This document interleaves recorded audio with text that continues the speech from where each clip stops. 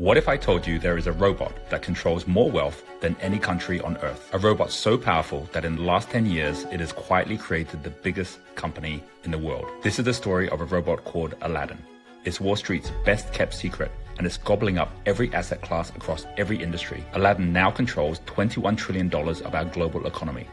To put that in perspective, that's more than the $20 trillion GDP of the US or the $15 trillion GDP of the entire European Union. The New Statesman wrote, the total physical cash of all 7 billion people and every company, bank vault, wallet, and piggy bank in the world is around $5 trillion. Aladdin has grown into a system responsible for more than 4 times the value of all the money in the world. This one robot directs the actions of the US Federal Reserve, almost every major bank and investment fund on Wall Street, and over 17,000 traders. It controls half of all ETFs, 17% of the bond market, 10% of the global stock market, and carries out 250,000 trades every day and billions of forecasts every week. Year after year, it hoovers up trillions of data points on every market, every company, every asset, and now even each of us, what we buy, sell, and say, so that it knows what to buy and what to sell far better than any human being. Every major bank, company, and investment fund has come to rely on Aladdin and its all-powerful AI and algorithms to beat the market. And if they didn't, they've collapsed and failed in Aladdin's wake. And you know what the craziest part of this story is? This robot is just getting started. So where did Aladdin come from and how did it get so powerful?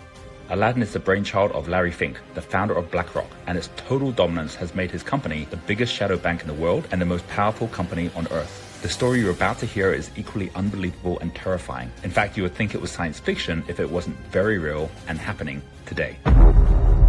This story starts in the 1980s when Larry Fink was making millions pioneering mortgage-backed securities at Wall Street Bank First Boston. That's right, the same mortgage-backed securities that caused the 2008 global financial crisis 20 years later. But back in the 80s, he was in an epic Wall Street rivalry with Louis Ranieri at Salomon Brothers, made famous as the big swinging dick in Michael Lewis's book Liar's Poker. Back then, Larry was making millions for the bank and was on track to be First Boston's CEO. And then in 1986, an error in the back office computer models led to Larry making the wrong trades and he lost the company $100 million. The result was Larry leaving the bank as a failure with a stupid computer to blame. With that experience, Larry had just one ambition: to build a super smart robot that could pick out risk and opportunity in the market and do it better than any computer or human could do. In 1988, he launched a new startup, BlackRock, with a tiny coding team to give birth to this robot. Its name, Aladdin, which stands for Asset, Liability, and Debt Derivative Investment Network. In its first 10 years, Aladdin was fed information about every asset, price movement, and risk variable in the global bond market, Larry's specialty. And in 1999, when Aladdin turned 11, Aladdin was getting so intelligent at picking losers and winners that Larry began selling access to its data to other Wall Street firms. That same year, he took BlackRock public on the New York Stock Exchange. Straight after the IPO, the dot-com bust burst, pushing a wall of money from the stock market to bonds, which Aladdin had become the undisputed world champion in. Within years, BlackRock had become a $1 trillion company, and as money started shifting back to shares, what did Larry do? He bought the asset management arm of Merrill Lynch, which was focused to shares. So the gift for Aladdin's 18th birthday, all the data points for the entire stock market, and suddenly Aladdin had a new playground, analyzing every stock trade and risk factor for every company on the stock market. As a result, today BlackRock, together with his 2 closest rivals, Vanguard and State Street, both of which also rely on Aladdin's mountain of knowledge, have become the biggest shareholders of over 40% of all public listed companies in America. 2008, the global financial crisis hits, and before Aladdin turns 21 years old, is called on by every Wall Street bank and Timothy Geithner, the head of the Federal Reserve and the US Treasury. As soon as Lehman Brothers collapsed and the Wall Street meltdown began, the US government came calling to save the next collapsing bank, Bear Stearns. It was Aladdin who decided which assets to keep and which to leave in the $30 billion rescue package. And few people know it was a robot that saved America from disaster. With that first success, the Fed, US government, and now even European and Japanese central banks began relying on Aladdin to make the calls on where the $2.5 trillion of new money they printed should go. The majority of it, bonds and funding to prop up the mortgage companies and banks.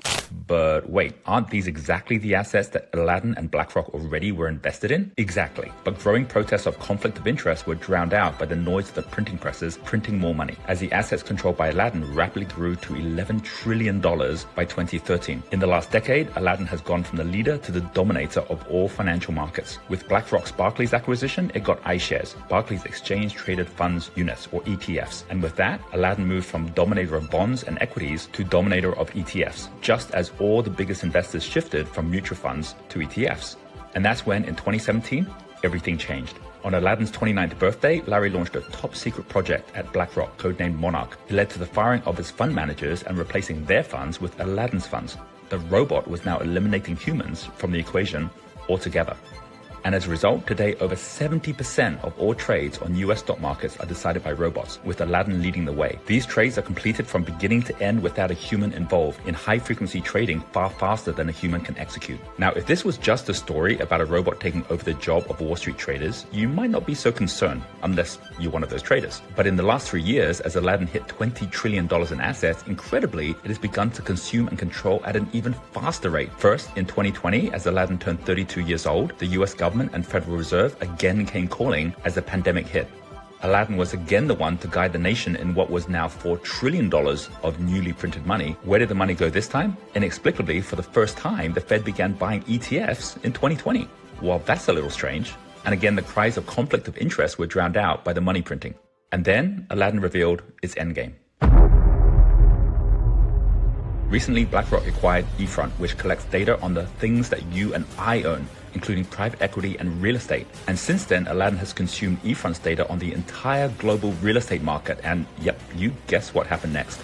Over the last 2 years, BlackRock and other funds using Aladdin's data have begun buying up single-family homes, where they can afford to outbid the rest of us as they have unlimited financing at hyper-low interest rates. The result is home prices rising by 20% over the last 2 years and pushing now even big players like Zillow out of the market. And here we see Aladdin's endgame, to be the one hyper-intelligent AI robot that not just controls Wall Street assets, but all assets, public and private. Now, I'm not into conspiracy theories, but even a skeptic with eyes wide open can see the signs. We're already at a point where no one can compete without Aladdin. As CEOs and asset managers like Anthony Malloy are now saying, Aladdin is like oxygen. Without it, we wouldn't be able to function.